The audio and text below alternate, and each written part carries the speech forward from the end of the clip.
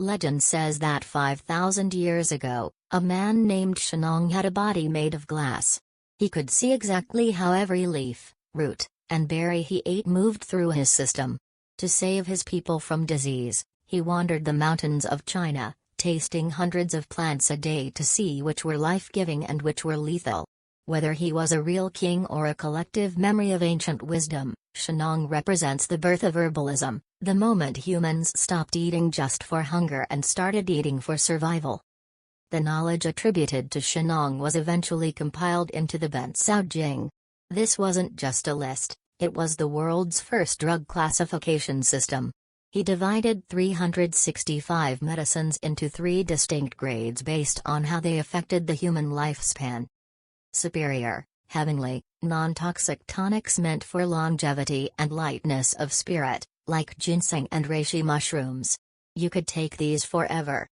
Medium, human, therapeutic plants used to treat specific illnesses but potentially toxic if used too long. Inferior, earthly, potent, often poisonous plants used only as a last resort to attack a disease, like rhubarb for extreme purging.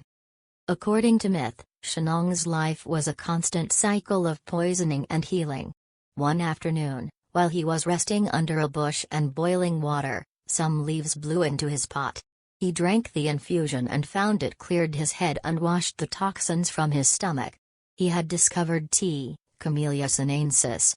For the next few millennia, tea wouldn't just be a beverage, it would be the primary solvent for Chinese medicine, used to deliver herbs deep into the body's tissues. One of the inferior herbs Shennong identified was ma huang, Ephedra. He noted it helped with breathing and fevers but made the heart race. Thousands of years later, scientists isolated ephedrine from this plant, a compound still used in modern decongestants and asthma medications. Shennong proved that the magic of the ancients was often just undiscovered chemistry waiting for a lab. How did herbalism change the lifespan? The knowledge barrier. Before Shennong, medicine was often a gamble. By identifying and naming toxic plants, like the heartbreak grass that eventually killed the legendary Shennong, he created a safety net for the population. The longevity culture. By promoting superior herbs that boosted the immune system and reduced stress, Chinese herbalism focused on extending the golden years of an adult's life. It wasn't just about not dying, it was about maintaining vitality so that a 60-year-old could still work the fields or advise the village. Shennong taught us that the earth is a pharmacy, but only if you have the courage to test it and the wisdom to write it down.